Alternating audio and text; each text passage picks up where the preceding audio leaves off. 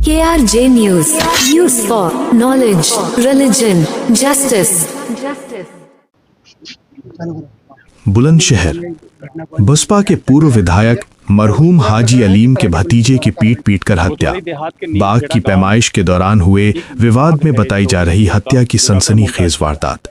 हिंसक घटना में मृतक सुफियान का बड़ा भाई अकरम भी बताया जा रहा घायल। आम का बाग खरीदने को लेकर हुए विवाद में बताई जा रही है पीट कर हत्या। गांव नीम खेड़ा में बाग की पैमाइश करने गए थे पीड़ित, हमलावरों ने एकाएक किया जानलेवा हमला।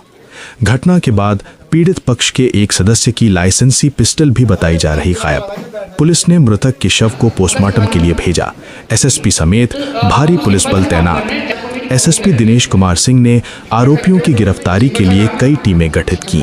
2 लोगों को हिरासत में लेकर पूछताछ में जुटी पुलिस। बुलंदशहर के देहात कोतवाली क्षेत्र के गांव नीम खेड़ा के पास की बताई जा रही घटना। एक बाग है 24 बीघे का जो डॉक्टर मुमताज जी का है, उसको बेचना चाहते थे। तो पिछले कुछ दिनों से उनके बाग के खरीदार काफ़ी लोग उनसे संपर्क कर रहे थे, जो अभी उनसे पूछताछ में जानकारी मिली है। उसी में एक सुफियान और अकरम भी उस बाग को लेना चाहते थे। तो आज इनसे बातचीत भी हुई कि हम लोग उसको जाके फ्रंट एरिया को नाप लेते हैं और कितना रहे। तो ये लोग खुद ही अपने से गए थे और साथ में एक वकील साहब भी थे कादिर, कि फ्रंट को ज़्यादा कदमों से नाप लेते हैं, कितना है उसी अकॉर्डिंगली हम पैसे की बातचीत करेंगे, ताकि उसकी कीमत तय की जाएगी। वहाँ पे गए तो कुछ लोग स्कॉर्पियो से आ गए। पहले स्कॉर्पियो से एक ही व्यक्ति आया था जिसका नाम बता रहे हैं भूरा है, और वो उसे हार्ट टॉक होने लगी।